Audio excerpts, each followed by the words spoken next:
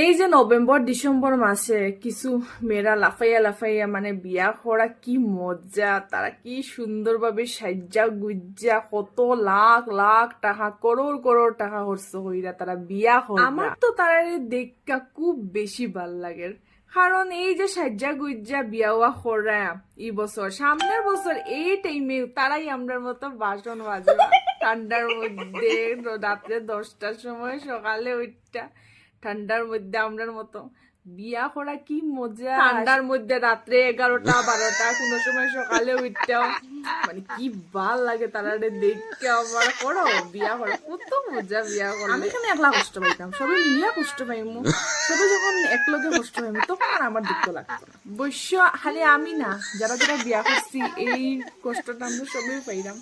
তো আমরা দলে আরো কিছু মানুষ উঠতে তো আরো বেশি ভাল লাগবো, একসাথে কষ্ট ইয়ে করবো। এখন তোমরা যাই হো, আমি একবারে মানে হিংসা হইরাম ওতা হইরাম ওতা, এটা তোমরা যেটাই হো, আমার এটা কোনো যায় না, কিন্তু আমার তো খুব বেশি ভাল লাগে।